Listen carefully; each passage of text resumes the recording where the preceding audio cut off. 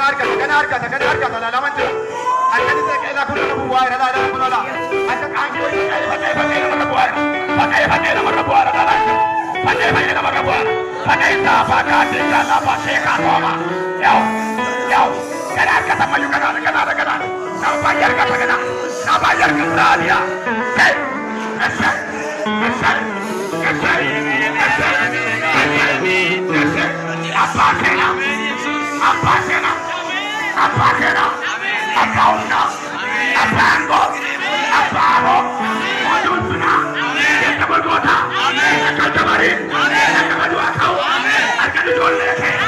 Akan dipakai. Warna dewa tadi pemandai memulut. Warna kaya pemandai memulut.